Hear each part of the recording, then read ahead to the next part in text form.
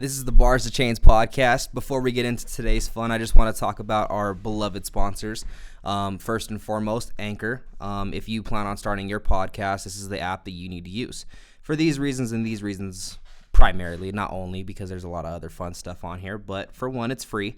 The creation tool that allows you to record and edit your podcast right from your phone and computer is, all you really need to get your podcast going and handle it from home, or whether you're on the go or whatever you're doing. It will also distribute your podcast to all the platforms that we on Bars2Chains also have. And these platforms list about 8 of them off the top of my head, and it's easy, one touch of a button, and it's already on all those platforms. You could also get money from your podcast with no minimum listenership. So for those of you that feel you have a $1 million idea and you would love to try and get your podcast to get as many views as possible, this is what you want to use. And it's everything you needed to make in a podcast. Definitely, this is highly, I recommend it to anyone and everyone trying to launch their podcast. And next, our other sponsor, last but not least, is Lashes by Yachty, which right now she is actually doing a deal for all of my lady listeners out there that love to get their lashes done. So here's the deals that she's offering right now from August 2nd to August 16th. It is bring a friend and get 20% off of your classic set, or you can bring 2 friends and get 30% off of any set, or bring 3 friends and get 20% off of everyone's set. And these are classic sets only. So make sure you look her up. It's Lashes by Yachty. That is Lashes by Yachty is Yadii. And book now. Self-explanatory. And even for the fellas out there, if you plan on getting your girlfriend or your wife or your entanglement's lashes done, then this is the place you need to go through. But anyway, thank you guys so much and enjoy the episode. Welcome back to the Bars2Chains Podcast, where we are going to give you a little something off the rails today. We're going to be kind of bouncing from topic to topic today. A lot of trending stuff, some maybe not so much trending stuff that maybe you didn't know about. But first and foremost, like always, we like to introduce our special guest today. So this is my buddy Nick Barnes, who has played some college ball and has made his ways around the world. So let's get to know you, Nick. What do you got? How's it going, y'all? For y'all that don't know, my name's Nick Barnes from Cleveland, Ohio. Moved out to Denver, Colorado a couple years ago. I was a traveling alcohol salesman, fun fact, nice. Which has brought me to quite a few different states, quite a few different cities. Definitely some fun memories, definitely some things I shouldn't share on the air. But then came out to Colorado as a result of that and just kind of just making my way, doing that whole earthy outdoor type of lifestyle. So that's kind of funny. I didn't know you were a traveling alcohol salesman. I did not know that. So I used to sell for Loco in a different city every week. Okay. So one week I could be in Memphis, the other week I could be in Seattle, and I would just literally be going to 30 different liquor stores. That's cool. That's actually pretty dope. You get to see the whole country. That's... Now, granted, the areas I was working in weren't like the most desirable areas to be in. Yeah, they're not like the sightseeing areas so much. Not at all. Yeah. But I hear that. Once you're done for the day, you're able to actually go sightsee a little bit. Yeah. Go do the whole touristy thing. That's pretty dope. That's actually really crazy. I didn't even know that job title existed. I never knew that there was like traveling alcohol salesman or really anything traveling wise. Because I've only heard of like you have like people deliver the goods to corner stores and that's it. But I didn't know they actually travel like state to state sometimes like that. Yeah. So if you're on the supplier side of things, so like this wonderful liqueur that you see in front of you, Crown Apple, right? Yeah. If you actually worked for Crown Royal and you had multi-state territory, you'd be going around to different areas, just kind of visiting those types of people. That's crazy. It's fun. Yeah, shit. I was gonna say. I personally like that would be dope to be able to just kind of. I don't know if it's not necessarily like not knowing where you're going next, but like you just kind of get to kind of like an adventure with work. The spontaneity of things is very fun. Yeah. Oh yeah. Hell yeah, man. And also we have another person here that is actually now officially in the Bars2Chains staff. Yes. So we felt that you've been knocking it out the park in terms of your appearances on here. So we're like, you know what? We'll just make him part of the family. Oh yeah. So we'll get your. Thank you for putting me on the broadcast. We'll like Kanye West getting inducted into Rockefeller. We'll put your Bars2Chains chain on. Hell yeah. Got the chains on right now, man. Better watch out. So, fun question before we get into today's first topic. So I know D'Anthony doesn't drink, but you, my friend, do. Mm-hmm. So, if you were to have to substitute a bowl of cereal instead of milk, you had to put alcohol into it. What would you use as the base? Hennessy. Yeah. Yes. Hennessy. Why is that? Blunts. First of all, Hennessy is the best tasting liquor in my humble opinion. I've had it. It's without not without the flavoring and all that jazz, but I mean it tastes good. It makes you feel incredible. So why wouldn't you want to start your day feeling a little bit aggressive? You know, like you're going out, you're feeling great off one bowl of Hennessy. Yeah. With those, what do you? Okay, so what's the cereal you're putting in though? So talk to me here. If I'm thinking Hennessy as far as a taste, I think I would prefer something a little more like not so sweet, because Hennessy's kind of already sweet. Captain Crunch. Yeah, see that was one. That's a good one. Captain Crunch is the best cereal ever. But see, like I don't know if like sugary would kind of make it cereal nasty, you know? Like I don't know if like you want to shoot for something like not so Frosted Flakes, you know? But does that make sense? But at the same time, I mean, when have you had something that has had too much sugar where you haven't been able to finish it though? Yeah, no, Fruity that's fair. Pebbles. You can't finish Fruity Pebbles? Nah. Really? Mm-mm. It gets too soggy. Okay, that's a totally different story though. I mean, and it's just like sugary, like it's just like everything, like all the sugar goes into the milk and shit. I mean, I get it. So it's that just makes like sense. all sugar. Like when it's nice and crunchy, like that stuff is bomb. You know what I mean?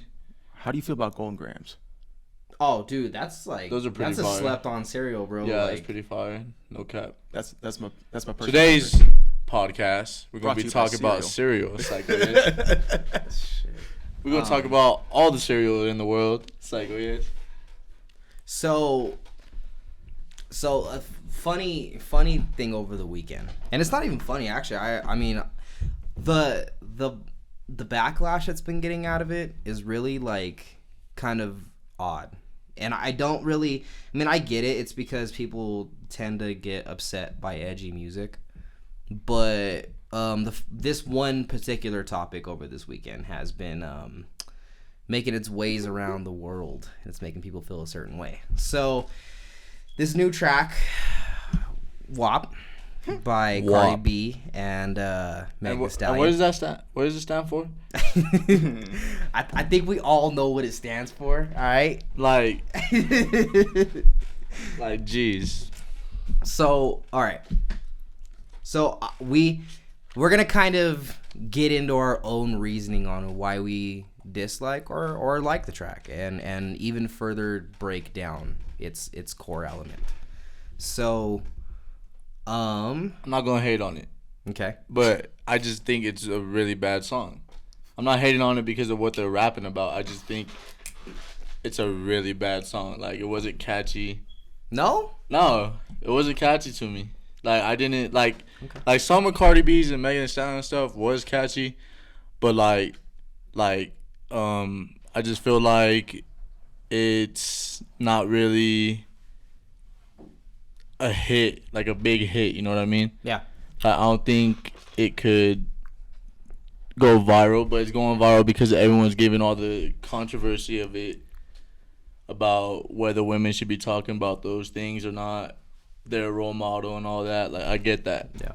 Well, and to be a polite guest, or well, to be polite, I'm gonna let my co-part here, our special guest, give his take on it, and I'll save mine for last. So what do you got? What do you got in for us, Nick? What are you feeling towards this track? The sample's catchy as hell. Okay. There's no denying that. I mean, you repeat "There's some hoes in this house" on a gospel voice enough, you're gonna be moving. You're gonna be moving and bobbing your head, right? Yeah. Number two, have you seen the video? Oh yeah, so that's gonna be another big part of my because I'm gonna really kind of break down the whole track. The video is gonna make it go viral as a whole. And then 3, they're already selling merch. The video. Go ahead. They're selling merch. Okay. I myself have already bought a vinyl. I don't have a vinyl player. But I bought the fucking vinyl because you literally you see a very flattering picture of Megan Cardi, right? Yeah. That bitch is getting framed. Like, what do you So just based on that alone, right? Like, you have just my own demographic of male audience who's like, I'm buying into this. Yeah. And then you have the own female demographic buying into it because they want to hear stuff like this. This is representing things that they want to say, but not necessarily like, they don't want to talk about. All right, how much detail can I really get into here? You can. I mean, this is uncensored, man. And Okay, when it goes on Spotify and it goes on YouTube, it's got an explicit sticker on it for a reason. So you can dissect however you like, man. Okay, so Cardi's talking about sucking dick and deep throating and having inner tonsils, right? Yeah. I'm sure some people love that shit out there, right? Hashtag OnlyFans. But Marketing. Right, they can't really be speaking that out there because Yeah. they want to be respectful and polite and obviously with societal standards, right? Right. So I think this song is going to blow the fuck up. I don't think we're going to stop hearing it and probably until like the next Savage by Megan Thee Stallion comes out. See, and so I'm gonna kind of get into the reason why. So first and foremost, I would say that I actually could wholeheartedly say I love the track, and here's the reasons why, is because for one, it was super edgy, and if people know my music taste, I mean, I'm a huge Eminem fan, so I mean, I love my artists edgy. I like when they stretch the lines of what's okay with society. And I felt that she did that. In both the artists on there did that. And I mean, it shouldn't be so much like people shouldn't feel like they have to be shamed for it. You know what I mean? Like, yeah. I think, in my opinion, I think that the way they went about punchlines on there and the lyricism of it all was a brilliant marketing scheme. I mean, OnlyFans is one of the top trending things you look up on the internet as far as like platforms for a service that you'll find out there. And the reason why is because people got smart about it. People actually found ways to make a side hustle doing what, I mean, if you ask anybody that's on OnlyFans will tell you that they like doing it. You know what I mean? And that's just to each their own. Nobody should be getting judged for, their preference and sexuality, and that's just my opinion. I feel like there was a little more to the track than what people are trying to make it sound like. I mean, and even like, I'm not bullshit, like it kind of almost like the ones that I see the most tripping on it, the correct terminology would be like a simp. Like I only see people that are like super like not okay with bending the rules that are getting mad about this track. Like, I'm just being real. Like, it just, and that's why, like, I think I'm so kind of not over having the arguments about it, but like, I just don't think this is something that we need to explain. Yeah, I mean, like, and then to boot, like, a lot of people are like, the biggest thing about it is they're trying to get Kylie Jenner removed from the video, which I'm just like, for real though? For what though? Yeah, and Cardi B already talked about that. She said the reason why I had her on the video is because she was nice to my kid and me. Yeah. So it's a respect thing. Well, and like I said, the music video should definitely win a Grammy next year. I mean, I'm just being real, like that, because there is a department of the Grammys for the best music video right? That there is one. Okay, so like that's, to me, and it's not even because I'm a guy and I'm like, oh yeah, I like seeing these girls half naked or anything like that, but I thought it was very visually created, interesting. Like, I've rarely ever seen a music video that you can tell like it was so perfectly mastered in creativity and animation that it was like, you can tell that they socially distance, as it's supposed to be, and they made a pretty good ass music video. You know what I mean? Like, I could see it, as far as it being see what? I could see that they didn't have a bunch of people, like, it doesn't seem like it anyway, because when I'm looking in between it looks like people are kind of like digitally put into the frames. Maybe I could be wrong, but that's what it looked like. It looked like when Cardi was in the music video, like it was only her in it, and then when they actually did put her and Meg together, it seemed like it was kind of like green screen effect, you know, like they actually weren't next to each other, but they were like edited into looking like they were next to each other. But again, you know, Hollywood, you know, maybe I'm wrong, maybe they were next to each other, but like I said, I mean, but still, they creatively made a pretty dope video, I thought, you know. And it's like I said, I mean, I've been hearing both ends of the tracks. I've been hearing some people being upset about it, saying that it's not good for role models, and it's not socially acceptable, like they're teaching kids how to be whores, and it's like, dude, like no bullshit, like that is almost like Karen-esque, like for morals, like come on. I mean, seriously, if you really believe that a kid's gonna pick that up, and I mean, more importantly, like as a parent, you should, I mean, like don't let your kids obviously do anything they hear everywhere. I mean, it's like that old saying, if your friends tell you to jump off a bridge, are you gonna jump off a bridge? You know what I mean? Like there's not a necessity for it, like in terms of shaming people for their work. I mean, you know what I mean? But it's like I said, I don't like the idea that like people are feeling that there needs to be a like guardrails, so to speak, on what people can make for music and what they should and shouldn't say. You know, and, I mean, for the sake of their kids could get a hold of it, it's like, who cares? I mean, when we were younger, we were all bumping 3-6 Mafia. How much of us are trapping and you know, doing dumb shit like that? You know what I mean? Like, I mean, just being real. Like, you make a choice as a human being to do what you're gonna do. So as a kid, yes, it is. Some kids are, you know, not at the smartest, and they'll go and do stuff that they hear. But it's like, you know, I mean, what are we supposed to do? Not watch movies, not listen to music because a kid might go and do something? Yeah. I mean, well, real quick, number one, you really like that video because of the booty. Yeah. He definitely likes it because of the booty. I'm not going to argue with you. I'm not going to argue with you. I like the tangents that you went on, but nah. But number two, baby boomers shouldn't also be talking about the current state of music. Yeah. Because honestly, I don't even think baby boomers were around when hip hop was actually reaching a peak level. Yeah. Yeah.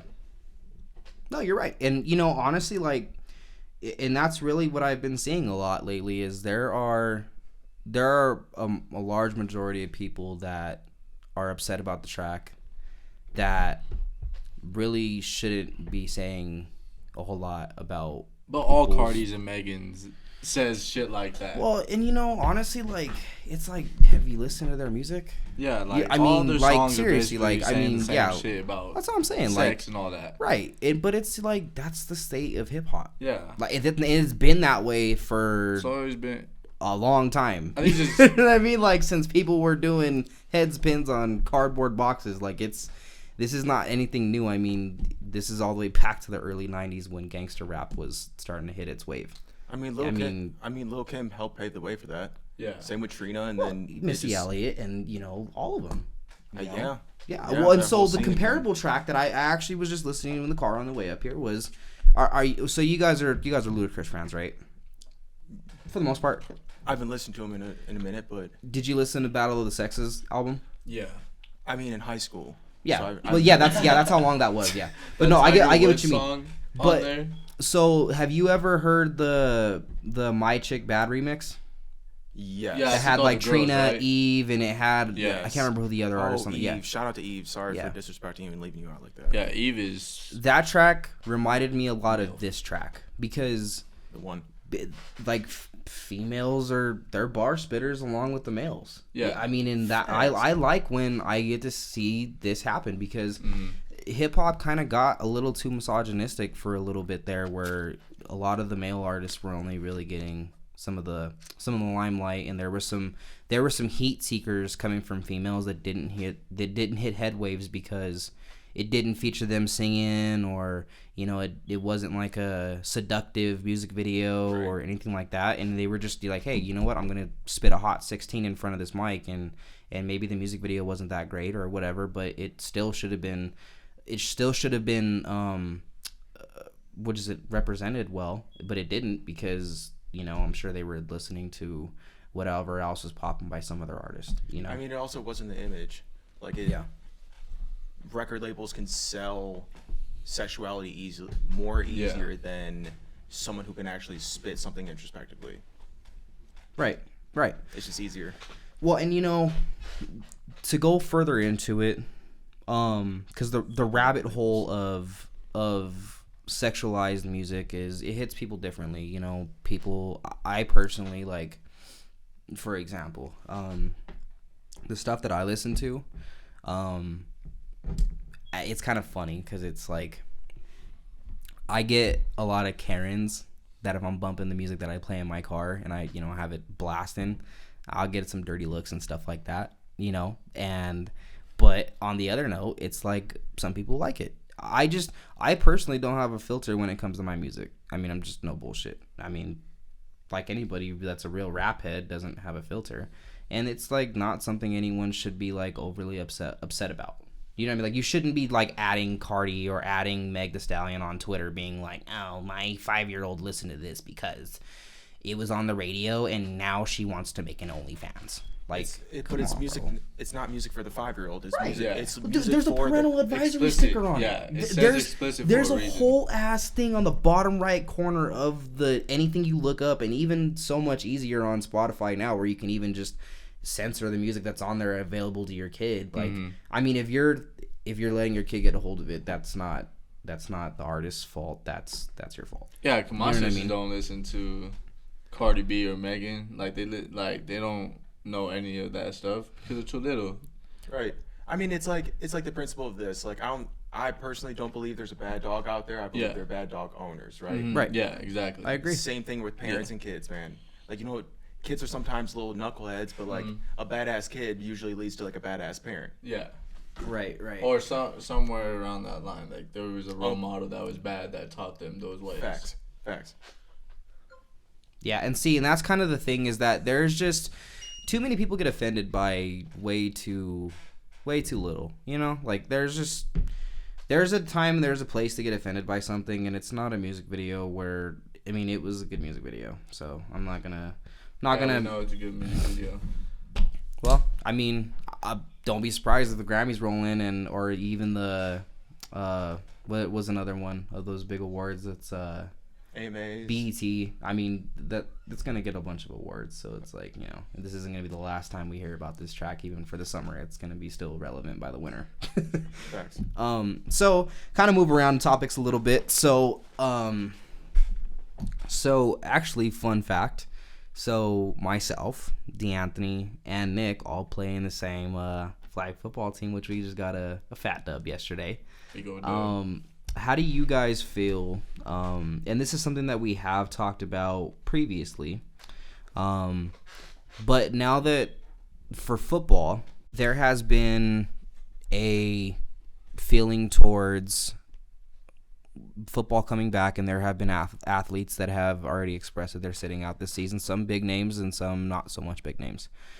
Do you guys feel that, because I've seen both sides of the coin in some football groups that I've been in, and I have seen a lot of kind of back and forth between athletes should be encouraged to sit out the season because of various reasons to protect their family, which is totally fine. I'm totally cool with that. But one issue that had sparked up was that it kind of rubbed me the wrong way, was Tre'Davious White's Twitter banter about athletes getting shamed into playing football because of what a fan said, as opposed to what Trevor Lawrence had just said. And he made a statement saying that actually I'd rather play football because the NFL has gone through the precautions of creating like these what are they called? They're like spray, like they're mists that disinfect. The Broncos. Yeah, they're using these mists, walk through things to disinfect and to keep their players safe and whatnot. And I think Trevor Lawrence's aim was like they're taking the proper precautions, so one could argue that you might actually be cleaner playing football and not being at home, because essentially if you're not playing in the football season, we all know athletes from all levels of football are just going to go hang out with their buddies and do whatever else since they're not working. You know what I mean? So What part of the argument do you guys sit on? And I'll go with the Knicks side first. Honestly, until we have more information about what's actually going on, I don't think that we should be rushing anything. Okay. I mean, it's real stupid to chance the lifetime of somebody, especially for like no one's forcing anybody to play because it's a true decision, right? But if you're on contract, you almost feel obligated to play. And if you put yourself in harm's way and let's just say you cost the life of one of your family members, obviously that's not worth it, right? Right. So I mean, it's like why jump into it? Why can't we just wait a little bit? Well, I have argued both sides of the coin. I have said that, in my opinion, I can see the argument made for you not wanting to play the season if you have a grandfather, grandmother, mother, daughter, son, whatever, that you feel is at risk. Then you are more than inclined to sit out the season. I would not hate. So, for example, I mean, people, heard me on social media. I'm a Broncos fan. If Drew Lock decided to say that, hey, my dad is very at risk for the virus and I don't want to put him in harm's way, so I'm going to sit out the season, I'd be okay with that, because I'm like, hey, you know what? You're watching out for your family, so I get it, But what I don't agree with is players suggesting to other players to sit out the season. I personally feel that it should be you should take the opportunity to voice why you're not going to play, but don't be like calling your buddies and saying, hey, yeah, you shouldn't play because the NFL Players Association said that you shouldn't, or, because we want to make a statement since the league we've been going back and forth with, the commissioner or whatever. You know what I mean? Like, I don't like the idea of creating packs to not play just for the sake of not wanting to. You know what I mean? But let's say you found out, right? Yeah. Just throwing this counter argument at you. You found a really cool restaurant. And it's a hole in the wall, right? Right. It's truly a secret. Okay. You want to share with everybody about this little secret that you have, right? This little hole hidden gem restaurant, right? Yeah. I feel like NFL players are just doing the same thing. They're like, hey, listen, That's fair. I think the organization is a little bit sketchy. Yeah. They're trying to force us to play, and here's why you shouldn't play. And they're using social media because it's the easiest way to actually go ahead and express that on a mass level instead of like on an individual level. You know what I mean? Yeah.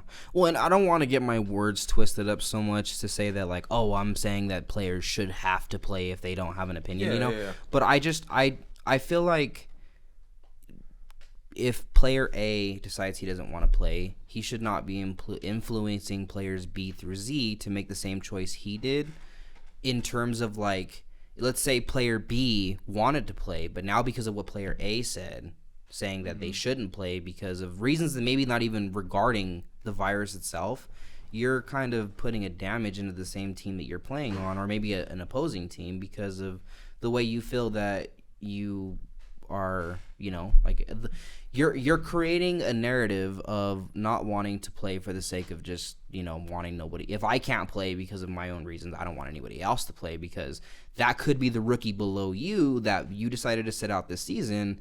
We have a second, third round draft pick that may not be on the roster in a couple of years that, hey, guess what? This is the guy now, and the contract I was supposed to get in 2 years because my contract's up in 2 years, this guy's going to get because he played in the season that I missed.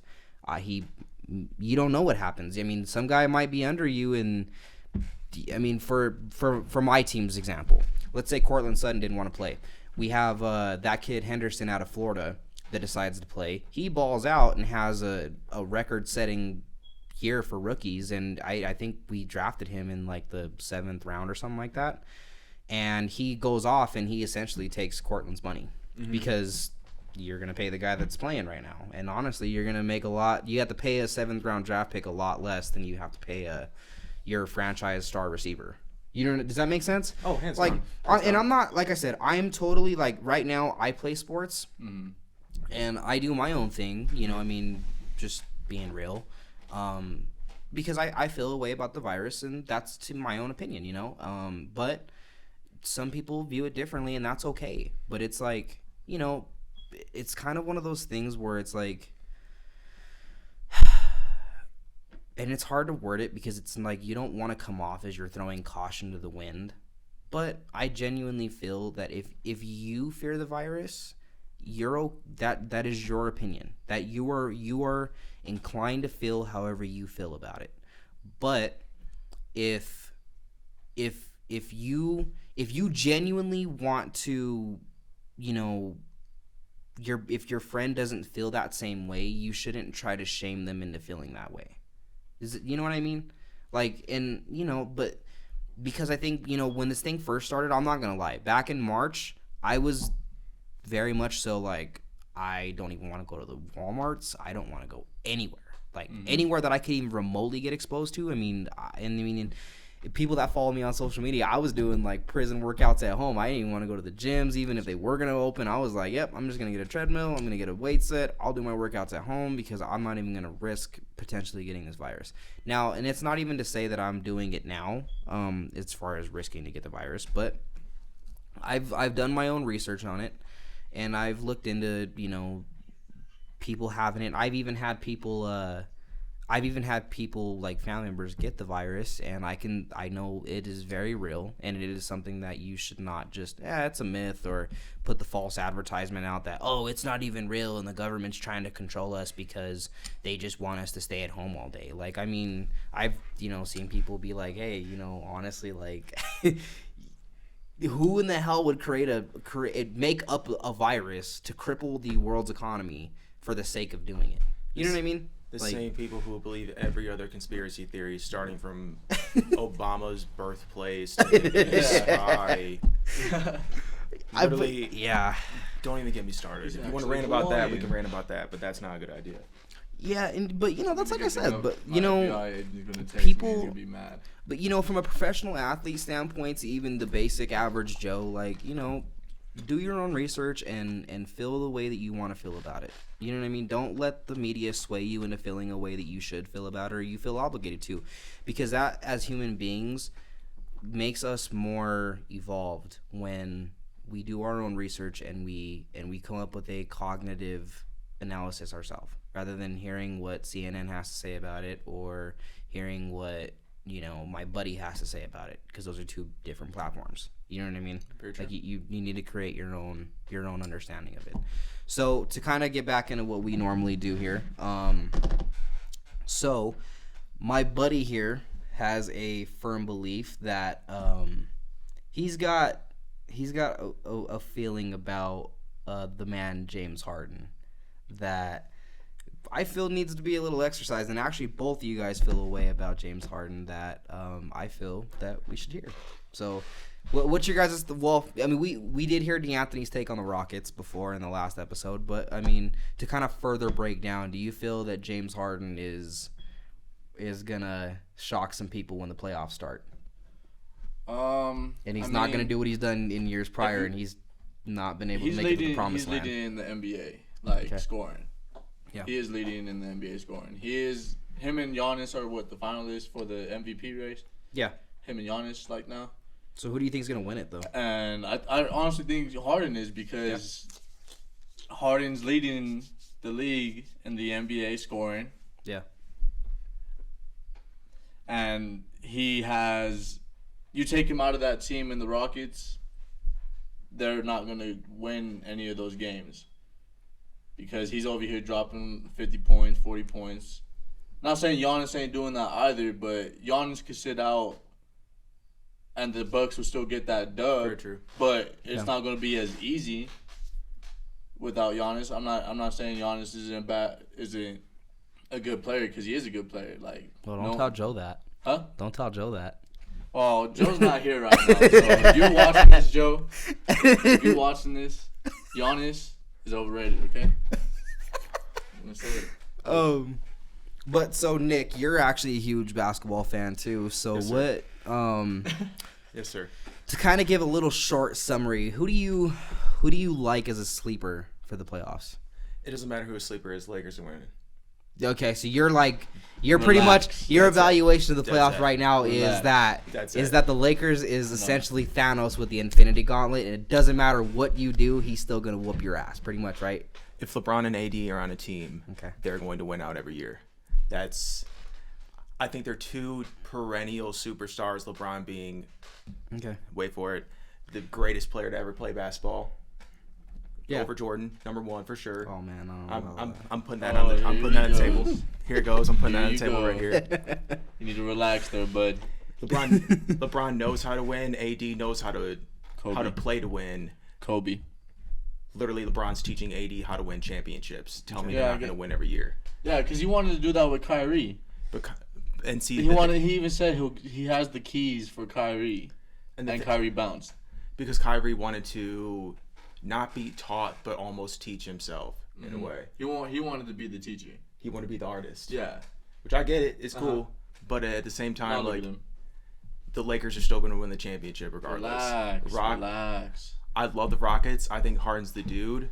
But if you look at the rest of the team, they look so scarce outside of Russell. Yeah. I want to see. So scarce. I want to see either the Nuggets or the Clippers hoist up a trophy at the end.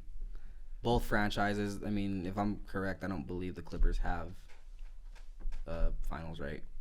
I'm not they're sure. really injured. Well, no, I'm saying like in their whole ever. history, like Yeah. I don't think I've ever seen the Clippers have a finals win. Not that I can think of off the top of my head. No, because the Clippers only been a team for how long?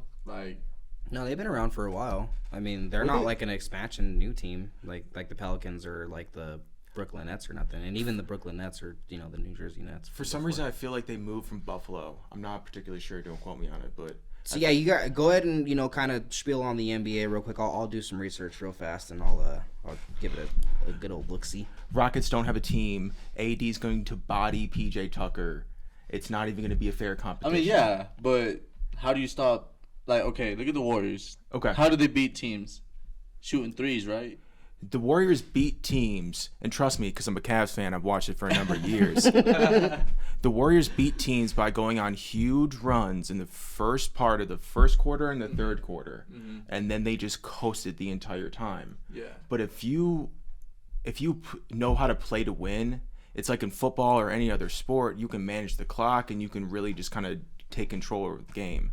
If you're fighting from behind constantly, that's going to mentally break you down, and teams couldn't keep up with that. Yeah. Like, it's hard to constantly go threes. back, forth, and back and forth. It's like the threes. It sucks, dude. It sucks. Threes is what killed everybody. So I got it. So the Clippers have actually never been to a finals ever. Okay. So that's why, I mean, like I said, I'm from an analytics standpoint, taking away from my bias towards the Nuggets. Yeah. I want to see a team that hasn't been there before be there.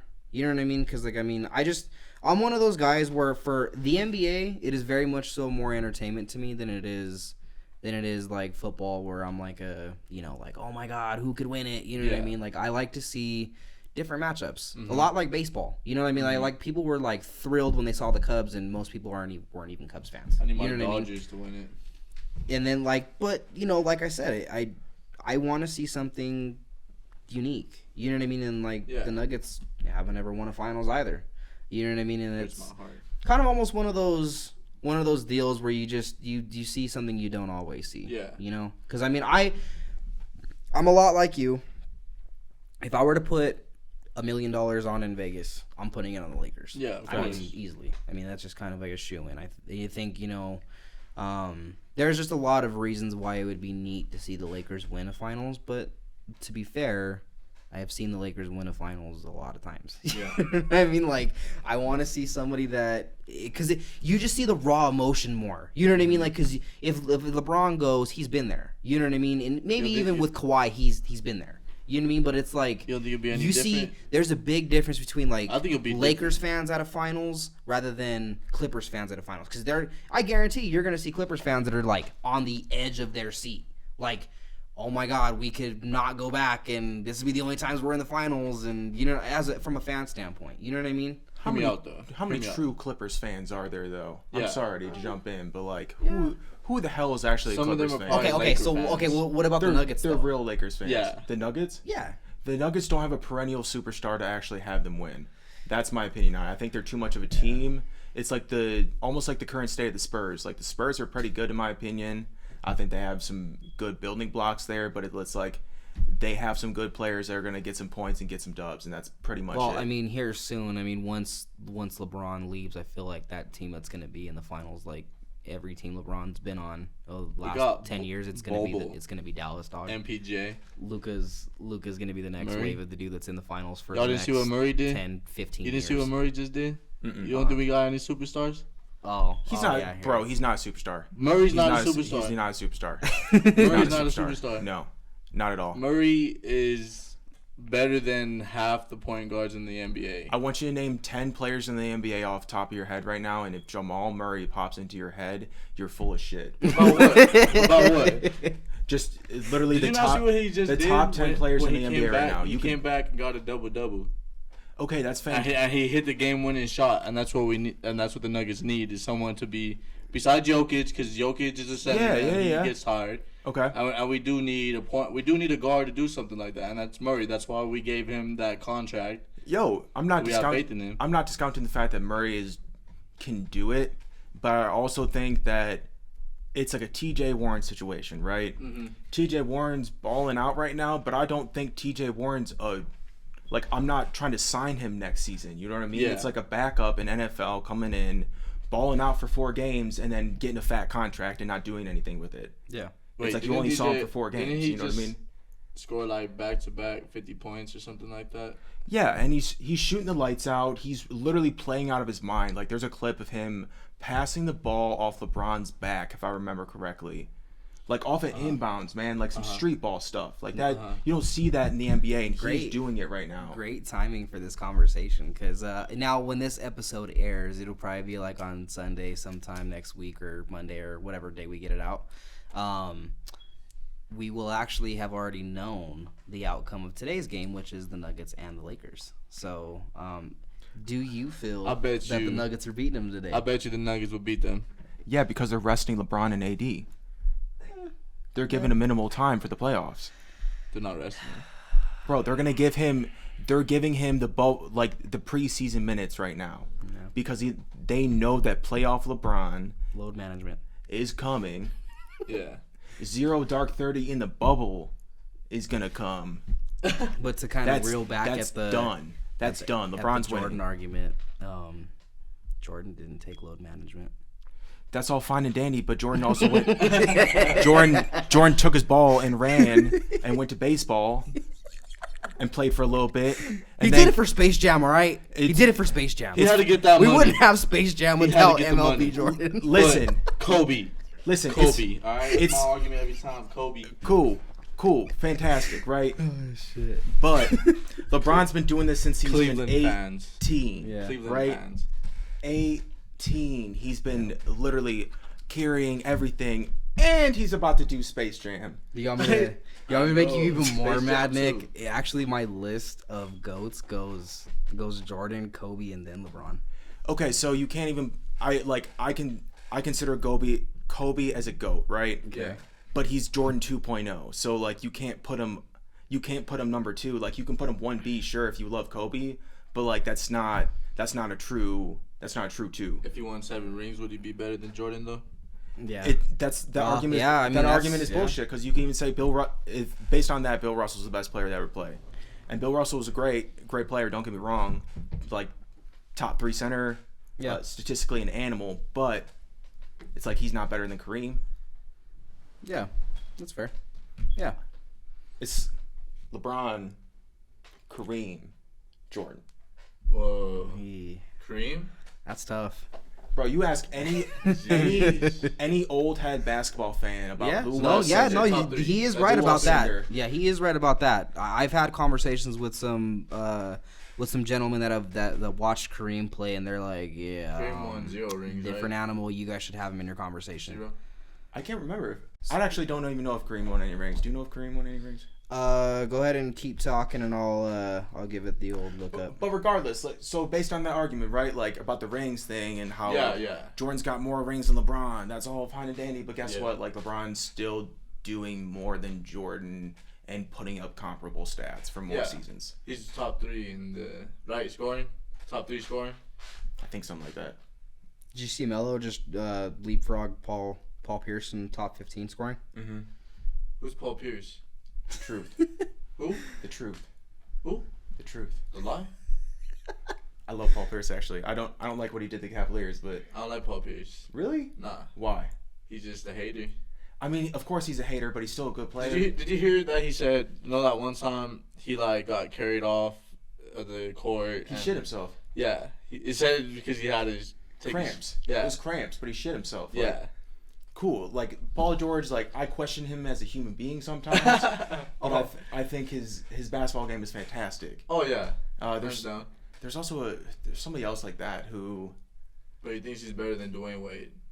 Karl Malone, bro. Another perfect example of a hater. If you watch Last Dance, he fucking hates Jordan. Yeah, he does. Because Jordan destroyed that man's confidence and inner ego. Ended his career. Facts. Now, he's still a great player. Yeah, he's still known as one of the greats, but he's not. That's not good enough for him. So Kareem Abdul-Jabbar has 6 championships. Woo! 6. Yep. Wow. Shit. And I said 0. But yeah, I mean, to be fair though, that is kind of apologize. Before our time. Well, but we should know. Right. Well, I mean, but I just it's one of those things where it's like you earn your credibility as a historian for sports when you do your research. That's like me with the NFL. Like people, right. I'll get some old heads that'll be like, you don't know football. You only know Jay Cutler is the Broncos quarterback, and I'm like, bro, I know all the way back to French. Smoking Jay. I know all the way back to Frank Tripucka. You know what I mean? Like, I've done my research. You know what I mean? Like, I've watched the film. I've done season to season and watched and dissected football. I mean, even so much to even back into Bill Belichick's pre-Patriot days. You know what I mean? Like, what quarterback did you just? What was the name that you just said? Frank Tripucka. Did he have a brother named Kelly? Not sure. Because I know Kelly Tripucca that played in the NBA in the 70s and 80s. It might have been because I think Tripucca was he back in that era. Was he big as hell? Yeah. Okay.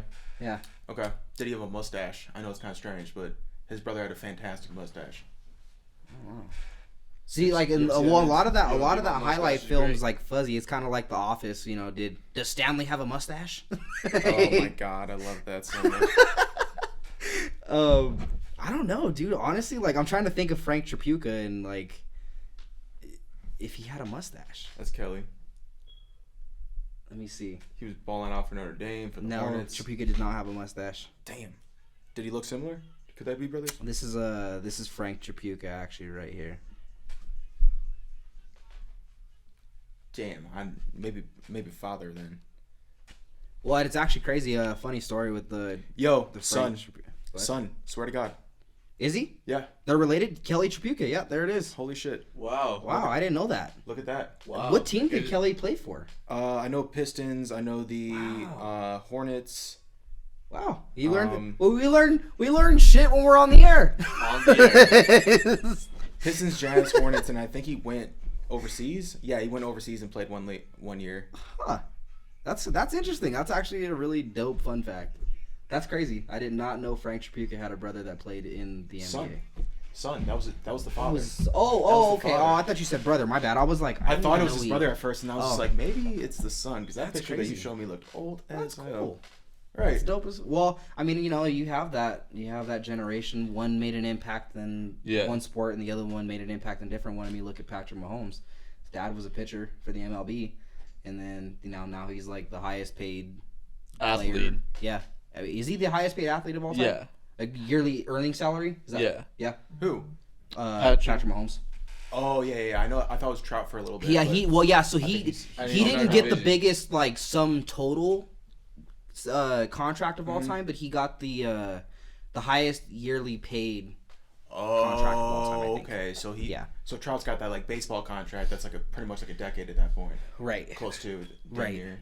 Isn't Mahomes like what 13 years with the Chiefs? Isn't that what it is? 13 years. I think it was 10. I thought 10 or 12. Yeah. I was gonna say he just signed a 5-year deal. Mm-hmm. Yeah. And that's dumb. If you ever break down the math of that, it's like $432 per second. I'm all for the players getting paid, but that by far is gonna curse the Chiefs in about give it 5 to 6 years, maybe less, depending if they lose weapons. Because the other part of it is if they extend the NFL salary cap, if they make it bigger to where that contract isn't going to matter a whole lot, then they made a good move. But if they don't, and if it somehow doesn't work with them being able to keep players, then that could come back to bite them. If the NFL keeps fucking up and losing their viewers, they're not going to have enough money to extend that salary cap. Right. Yeah. Get it together, NFL. So another to kind of go back to some bars here. Have you guys heard about the Nipsey and Meek Mill collaborative album? No, I haven't. I haven't listened to Meek Mill in 3 years. Really? You're not big on Meek at all? Ever since he got bodied by Drake, I don't think I ever actually consistently listened to the man. You get embodied by singing. See, I did not. Right, though. Right. Like, my man actually dropped that. Two diss tracks. So disrespectful. Two diss Well, tracks. I didn't like that he waited to drop a whole mixtape to respond when I think was it Dream Chasers 4 was his response? Dude, it didn't matter. Right. Yeah. I'm like, dude, if you gotta wait to drop matter. a whole mixtape, bro, like you Ended lost. his career. Yeah. Well, but I was big on championships though. I mean, everything after he got bodied by Drake, I kind of was like, snooze button. Like, I mean, he dropped the mixtape, snooze. Yeah. He dropped that. What's that? Was it? It's that album cover that has like, is it Wins and Losses? Is that what it's called? Yeah. Yeah. I hit the snooze, but I actually went back to see what I missed, and I was like, oh, actually, it's not bad tracks in there. There's some hitters in there, but like championships to me was, even right now, I would say it's probably almost his best body of work in terms of taking mixtape Meek, mainstream Meek, and putting him into the same person. It was a full great album.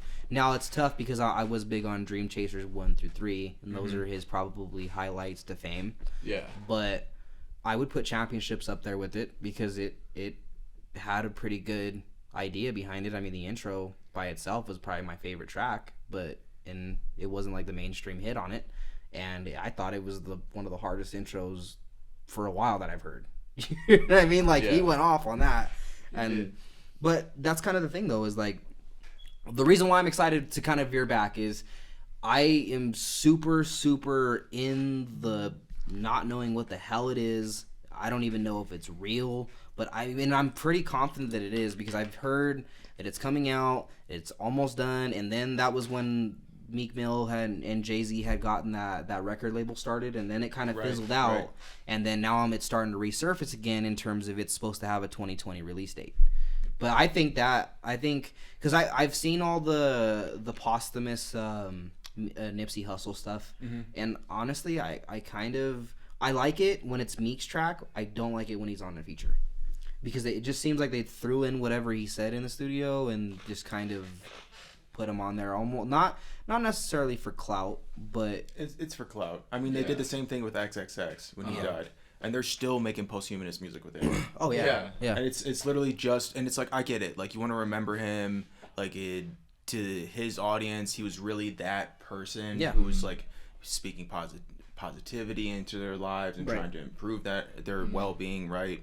But it's like, it's at what point do you stop to respect the person? Yeah. Because at this point, you're just fucking exploiting him.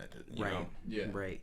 Well, and that's why I'm excited to see what Meek does, because I respect Meek as a person and as an artist.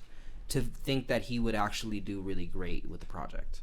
I mean, that I'm actually super excited for it. You know what I mean? Like, because I'm 95% sure I think Nipsey's Victory Lap was his last album. Because I mean, they would have released his posthumous album by now. If there was one. So I kind of feel like this is probably the last album, so to speak, that he probably worked on before he, unfortunately passed away. So that's why I'm super excited on it. I'm like, that is when it gets a release date, I am buying that. Like Nick said, getting the vinyl cover. I'm going to be super excited for it. Because I'm serious. Like that is something I think is going to be up there for album of the year if it comes out correctly. I mean, especially if Jay-Z's he's putting in work on it. Those albums that Jay-Z is, helping artists with tend to be those underrated classics that hit the headwaves. You know what I mean? That people don't even know that he had influence on. You know what I mean? Mm-hmm. So the other day we were talking about this at the field. Right. You might have missed this. But so I saw a picture on Facebook that said, out of these 4 artists, but I think now that we have a little bit of a platform to really advertise this opinion on. God. All right, yeah, we're going there. All right. So there was 4 artists in a picture, and the caption said, if you have to remove their music. Oh, is this one he chose? Yeah. Hold on. So you have to remove all of their discography, so all of their music together. I wouldn't count features because that would, then you're removing somebody else's stuff. Like, for the hint, Tupac stuff with Snoop would have to be removed too, which I refuse to let that happen. So, but you have to remove all of their music altogether, and 3 get to stay, 1 has to go. So here's the 4 artists. So we have The Game, Snoop Dogg, Kendrick Lamar, and Nipsey Hussle. And so for Nipsey, since he only has 1 true debut album, because all the rest of his stuff is mixtapes. Mixtapes, everything's included. So all bodies of work except for features that are not their own tracks. So who out of that group are you removing, D'Anthony? The Game. Okay. Because, The Game's good. Like, The Game had, 2 good albums. But 2? Yeah. That's it? Yeah. Oh. All right, go ahead. By the way, this is the last day D'Anthony's going to be on this podcast. It was nice knowing you guys. But go ahead, bro. I don't know, just music-wise and everything, just me personally, I just feel like The Game didn't have that many bangers than, Kendrick Lamar, Nipsey, and, yeah, I'm removing Nipsey. Never mind. I'm removing Nipsey. Good choice. Well, not a good choice, but I'm removing Nipsey because he doesn't go really have ahead. that much Go ahead, music. Nick. What do you got? So you have to differentiate the artists Okay. from their music to really evaluate everything, right? Mm-hmm. From a music standpoint alone, The Game is the only iffy one for me, but at the same point, he still worked with Dr. Dre, on that whole West Coast shit. Dre kind of chose him for a minute. Mm-hmm. He was supposed to be I've done. I'll get back to your train of thought, but I've seen interviews of when The Game first came out. People really thought that he was gonna be the reincarnated Pac for whatever reason, and I don't know why that is. But in the same breath, if you really evaluate everything that was going on in state of music at that point, you had 50 Cent, who's really representing New York. Yeah. So you have this other dude who's coming out of the West Coast that Dre's working with. It's God, they could have bridged the gap. Yeah. This is the dude. Yeah. But it's with anything, people are trying to associate people with things, right? Mm-hmm. Yeah. But again, Nipsey's music to me is good, but I respect him more as a man. Yeah. And I think what he did for the community and what the people around him was way more impactful than his music. Yeah. To be honest with you, he didn't have that much music out. I did. Even if you go back to the mixtape stuff, right? Because when I got called out on this, I was all right, I got to go back to the go back to the drawing board, right? Got to do my research. Yeah. Even the music then, it was just all right, cool. There's some tracks I like and there's some tracks I don't like, but I had to. There were some tracks I fished to really find things I liked about it. Yeah. Like with that new Cardi track, yeah. I think it's pretty good, right? But I you wouldn't bump it in your own. It's not in your playlist, but you give it its credit, right? See, here's the thing: if it comes with Nipsey, same with WAP, right? Yeah. If it comes on, I'm not changing it, but it's not my first, second, third, fourth, or fifth, sixth, seventh, or eighth, ninth, or 10th choice. Yeah. Appreciate you. Well, so here's my thing, is to kind of veer back to what you were saying about Nipsey's not that he didn't have a lot of projects, but noteworthy ones. He did have 13 mixtapes and 1 album. That's a pretty decent body of work. You know what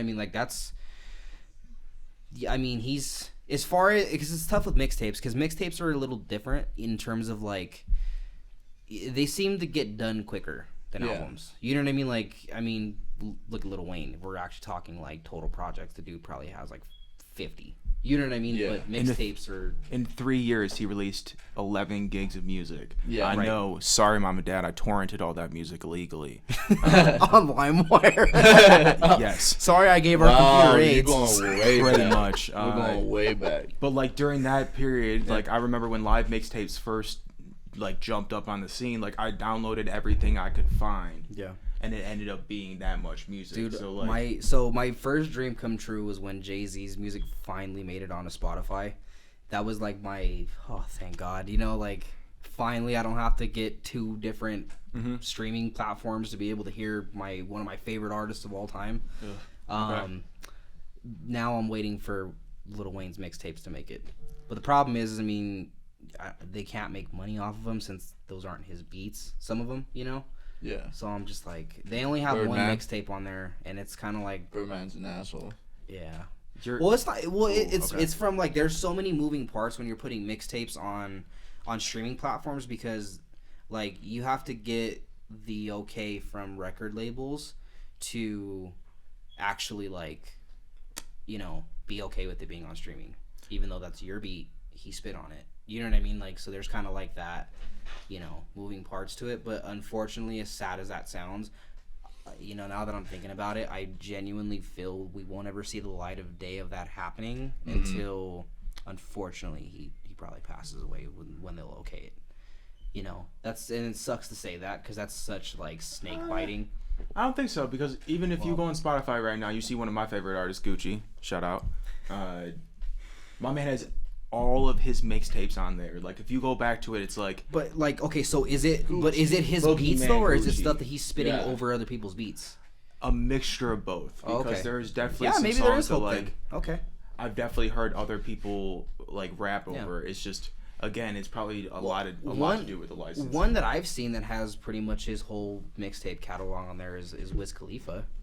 All the Cabin Fevers. are on there. Right, and But so there's a weird thing with phone numbers because that's Christian not OJ. his track, but they gave like this weird, like they almost altered it, like because the original track is not his, and they made it so that way it's not gonna cause like legal dispute. Yeah, And all they they- put this like watered down, super like artificial sugar version of it on I there. literally think they just what they did is they changed the pitch or the tone of it in a way where it's similar, but it's not in the too much in the likeness of it where they can legally kind of navigate those gray areas. Yeah, and man, I don't know. When I was younger, I very much so appreciated mixtapes sometimes even more than albums because it just seemed like the artist didn't pull punches. Like there was just not a marketing scheme to have to abide by. It's like show up to the studio. I wrote this in the car as I was coming up here. It made it onto the mixtape. You know what I mean? It's the artist vision compared to the record label vision. Yeah. Truly. Yeah, right, exactly. And that is the other big point of it all is the day that record labels don't have so much of an influence on the artist's vision is the day that hip hop truly evolves into its, Dragon Ball Z-esque its final form. You know what I mean? Like, But we're not going to see that until there's a certain group of people, baby boomers, die off. Well, and you see more people like Jay-Z and more artists starting to own the content that they're producing. Yeah. that and when people start following the Nipsey Hussle path and start getting their masters to their music. Like they come into the music game already educated rather than, oh man, I really want $1 million. That's all I want. I just want to be able to say that I could buy a bunch of Gucci. But the same, You know what I mean? Like, but in the same breath, like you have a bunch of people who are in very shitty situations. Yeah, who are just right, trying to get out right, of shitty situations. right. Well, So and people that's- come from different yeah, backgrounds. right. And, Well, they're just trying to put their family on. yeah. And And I get that, but be smart about it. You know what I mean? Don't make yourself so much a music slave. You know what I mean? Like, Yeah. I mean, there's a right way and a wrong way to go about it. Your talent is gonna carry you. You know what I mean? Like, there's no sense in anybody's mind. If you're about to make it, you're gonna make it. And maybe not. There's some stuff that happens that maybe you don't okay it and they turn you away. But being realistic, I mean, look at the Kanyes of the world. I mean, at one point in time, he I mean, the last call, when you listen to all the record labels that were like trying to get him to sign, and then like there's ways. Go with your best option. You know what I mean? Go with what is better for you. You know what I mean? Like, because at the end of the day, like, either you're gonna slave for a record label and you're gonna not own some of your music, and you're gonna have to be okay with that, or you can educate yourself and come in correctly and own some of the stuff that you want to work on. You know what I mean? Like, and there is a whole lot of third party vision. You know what I mean? Like, it's what you wanted to put out, not what commercially was correct. But you know what I mean? But to your point, like, the more Nipseys and the more Jay-Z's that come into the world, going to elevate the music scene from there. You know what I mean? Right. But Kanye, take your fucking Prozac, man. Start making good music again, please. Right. Christ. Stop hanging out with Donald Trump. Make Nobody likes Donald Trump. Yeezus Part 2. Right. That was my favorite Kanye album, was that specifically. Yeah. Because of how many boundaries musically it pushed, and how many different sounds that he worked with. Like, my man was sampling shit from the 70s from France. Yeah. He was literally popping off. Dude, the musical knowledge of Kanye is immense, but getting back to the original argument of separating the man from the music, it's hard to do that. Yeah. Right. With Kanye especially, because he's saying some very, very, very volatile shit right now. Yeah, and dude, I'm waiting for. Well, have you heard about the Kanye West and Dr. Dre collab that's supposed to be coming soon? I hope Dr. Dre doesn't work with Kanye. First of all, Kanye needs to run away from the Kardashians. There's nothing good in a house full of white women. Number one. Number two, like, he needs to find, like, those roots again. And I know that he's, like, trying to go to Wyoming and Africa and try to channel different gospel scenes. Trying to be the president. Dude, it's just, that's a whole other topic of discussion. I don't really want to get into that, but. Me and my dad were talking about this the other day. We were talking about how like, words are so misconstrued sometimes when Kanye talks. Like, they only take the excerpts out of what he really said and try to make it sound like he's crazy. You know what I mean? Like, he's also a terrible communicator, because it's like, yeah, it doesn't look good when you're freaking out. You know what I mean? It's like you get if you're able to kind of see, like you were saying earlier in the beginning of the podcast, you have to form your own opinion, right? Yeah. I feel like if you were just to kind of look through what he's saying, it's not. There's some stupid stuff he's saying, but there's also, like, I see the general point he's trying to get to, but it's like you have to actually go ahead and make that point explicitly instead of, like, like, when he said slavery is a choice, like, I know he was talking about, like, mental slavery and being like, institutionalized and all that jazz, right? But it's like, he literally he left it at that, so that's all people ran with. Right. Now, granted, it's. Well, and he's doing reverse what he used to do back then. Because, I mean, everyone remembers the whole George Bush hates black people. That shit was so funny. But he's doing it in reverse because he knows what today looks like in terms of what will piss people off. What can I say to make the headlines? But unfortunately now it's causing the reverse effect where people are actually resenting his stuff now. So do you think Kanye's just a troll? Jesus is King was one of those albums that was directed to certain audiences, for Christianity. But there was people that don't even necessarily believe in the faith and listen to it, and they actually felt that it was not bad. But people totally didn't even care about it because they're like, this dude's insane. We don't even want to hear it. Like, I don't even care. Like, the only thing that in the last, like, it seems like the last 5 years that has actually made a huge boom was his mixtape with Kid Cudi, and that was because Kid was on it. Mm-hmm. You know what I mean? Like, being real. I mean, I did not like the Ye mixtape a lot at all. Like, I mean, maybe the Nas one that he did. But I liked the Kid See Ghosts more than I thought than I liked Ye. Ye tape was still fire though. I mean, like, even regardless, like the man can't do any wrong in my eyes as far as musically goes. But I like the beats better and I like the verses better. No one liked that album. Yeah. No one liked that album. Ye? No, Kid See Ghosts. Oh, I loved it. No one liked that. That was my favorite album. one. So didn't he release, like, he did 4 mixtape projects with, like, 2 or 3 were different artists and 1 was his own or something like that? That was, like, the whole marketing scheme or whatever? It was Nasir but Nas. It was Kid See Ghosts. And it was with one of the female artists, too. Tiana Taylor. Yeah, Tiana Taylor. and then he did Ye, which was like the like you said, like the they were saying like if you put it sum together, it's a whole album or something like that. But like if I were to say like if it were a whole album, if that were a whole album and they actually put it together like a whole album, I actually wouldn't have minded it. It wouldn't have been great. I would have still put it in his bottom half of his catalog, but like I said, the Kids See Ghosts part of it would have been my favorite part. And I didn't like hate Ye. I just thought it was okay. You know what I mean? Like kind of almost that. It was a lesser version to me of Yeezus, if I want to categorize it as something. Like Yeezus to me was way too short. It should have been way longer, and I would have thought it would almost borderline have been a classic had it been longer. But I just didn't like it for that reason. Now Ye was a little not my taste, but I liked it to an extent. I mean, there were some throwaway tracks that I could have done without, but for the most part, it was okay. No, that new album that Kanye put out with the On God, right? Is that the gospel album? No, so that's Jesus is King. Jesus King. Okay. Yeah, that's a track. Yeah. There's a track with Kenny G on it. Yep. That is so fucking fire because Kenny G alone is on it.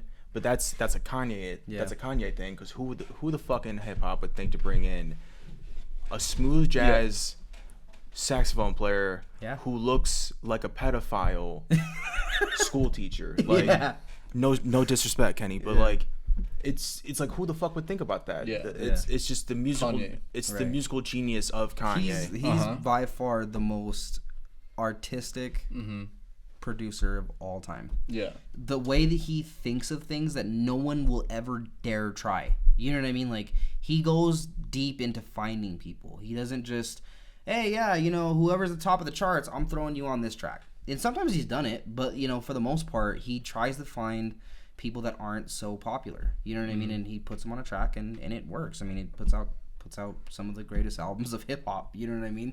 I just really hope him and Kim get a divorce. Him and Rick Rubin and Jay-Z team up in the studio. Yeah. And just make Watch the Throne Part 2 and have it be so wonderful. Dude, I don't think they're ever going to bury that beef, dude. No, I don't think they are either. Well, and so they have said that they buried it, but until I see them make music together, there's still something you guys don't. Actually, I take that back. They'll never do that because just based on the image that Jay-Z and Beyonce are going after right now, there's no way in hell they would align themselves with fucking Kanye West right now.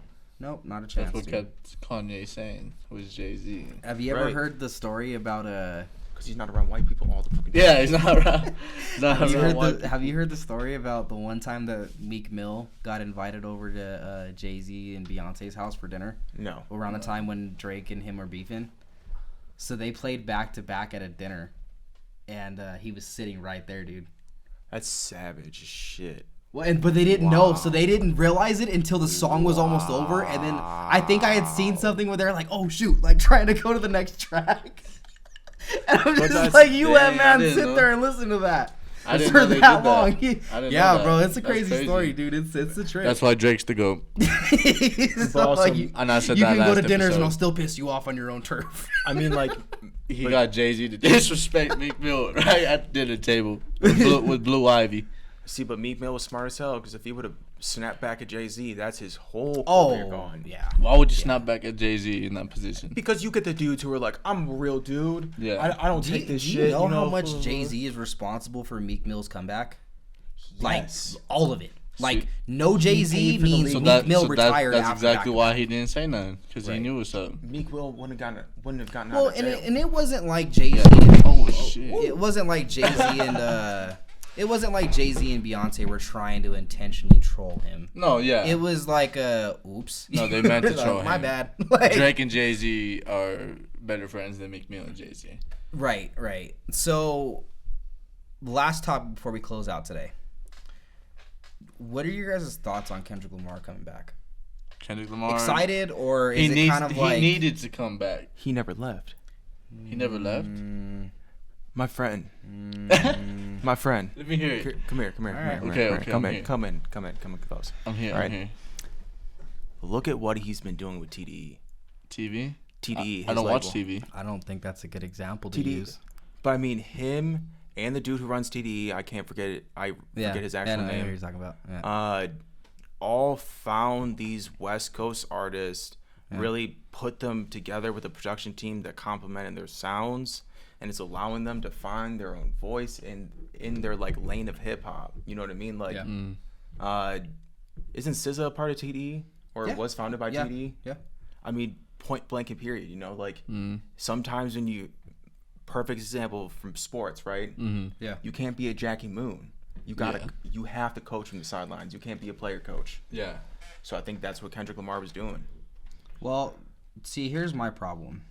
Is as of right now, I mean, I don't even really need to research a whole lot that is just came from TDE because their most recent drop, which unless anything else has came out since then, Schoolboy's Q, that album that had just dropped, I think it was last year, I was so severely disappointed after listening to Oxymoron because I was just like, that's it. Like we haven't gotten a follow up to Oxymoron since that, and then you come up with that. You know what I mean? Like I could only think of like 2 tracks off the top of my head that I actually liked from that album, and I'm like, the rest of it was see you later. You know what I mean? Like I just, and that's just me. I don't know. I mean, I just kind of felt like it just didn't really resonate well with me, in my opinion. You know.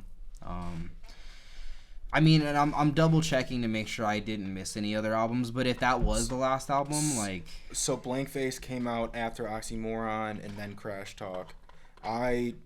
Blank Face is a direct influence of what Kendrick was doing at the time, because Kendrick was doing his King Kunta, like, kind of funky influence type of shit. Yeah.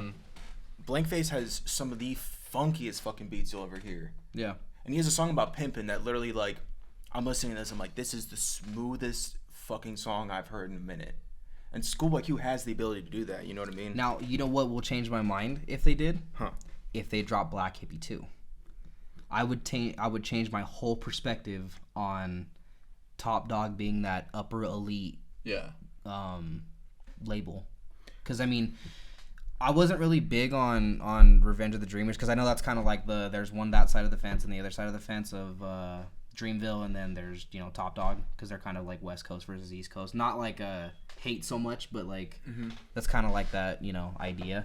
But like I'm still waiting for Top Dog to put out something that is like, dang, you know what I mean? Like that's how I felt like with the Damn. You know, I thought that was like, oh shoot, Top Dog's about to start launching missiles at the game.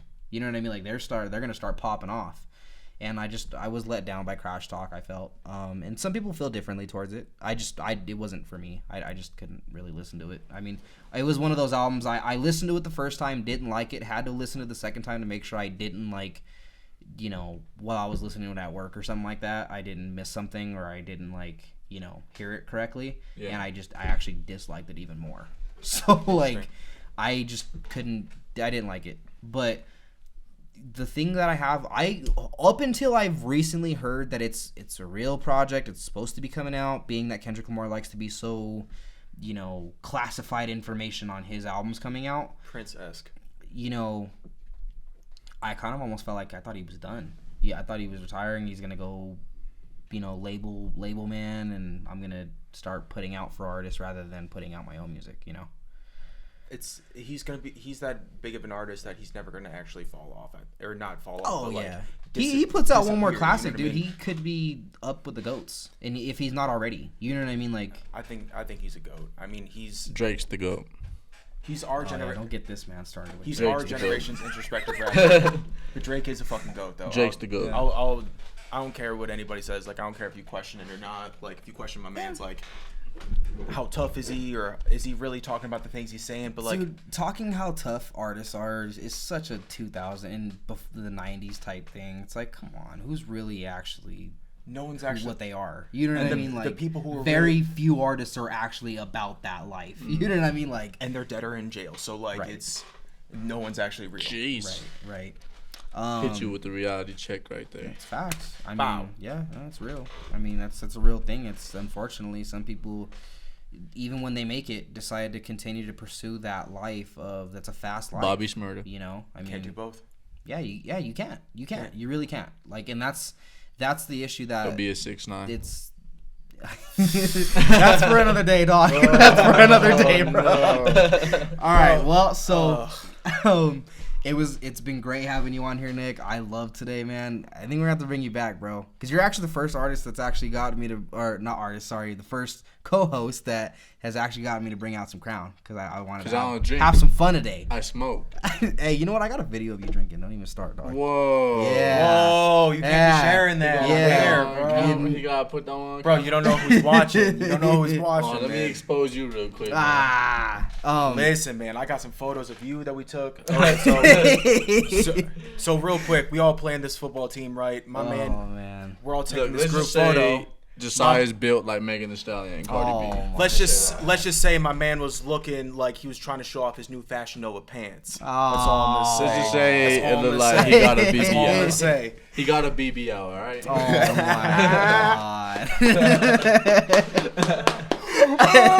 god.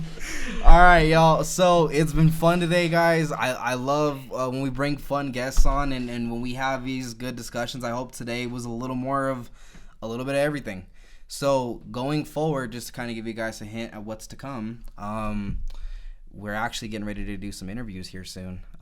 If you guys have me on social media, I won't name drop them on here because some of you guys, maybe this is the only way you guys have seen me, but there's some interesting interviews that are coming. Some people that are big impacts. So stay tuned. We are actually getting ready to schedule those up here soon, and we will have them out to you guys here in episodes to come. But before we go, I did want to let you guys know we do have our merch out. And these shirts actually come in black, white, purple, light purple, and gray.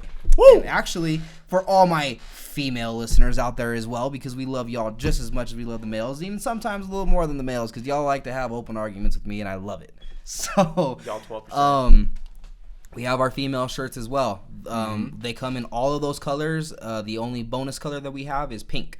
And here soon to come. I don't like teasing so much merch that we're about to come out with because I like hitting you. He loves but teasing. hold on, but it's not anything I've even said on social media. But we are looking at crop tops, on tank tops. We're looking at hats, joggers, the whole 9 yards. We're gonna have you guys fresh come fall.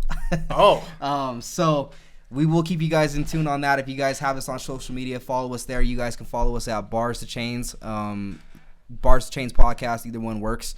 You can find us on Facebook, Twitter, Instagram, and everywhere else you can Google us. You find us on there, man. All right, follow us. We love you all.